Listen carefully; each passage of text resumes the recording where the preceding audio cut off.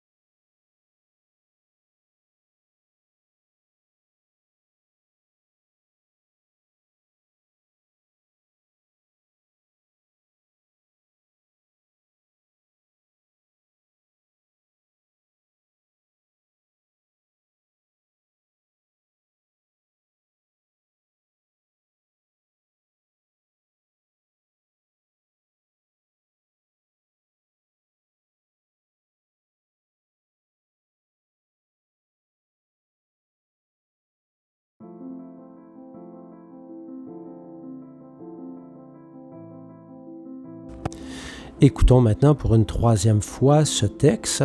Alors là, maintenant, nous allons choisir ce qui a monté le plus fort à l'intérieur de nous. Qu'est-ce qui nous rejoint dans ce texte?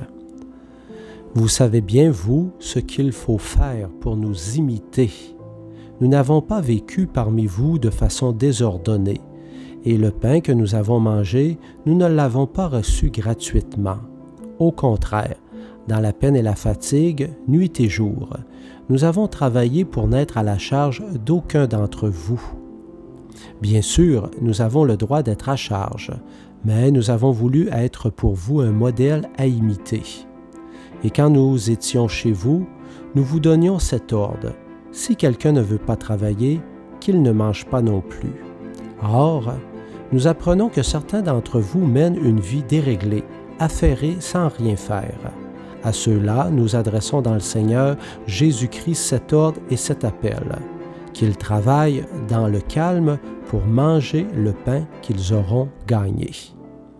Alors prenons le temps nécessaire pour encore méditer. Si vous manquez de temps par rapport au temps que je vous alloue de silence, prenez-en plus. Ça vaut vraiment la peine parce que c'est un cœur à cœur que vous faites avec le Seigneur.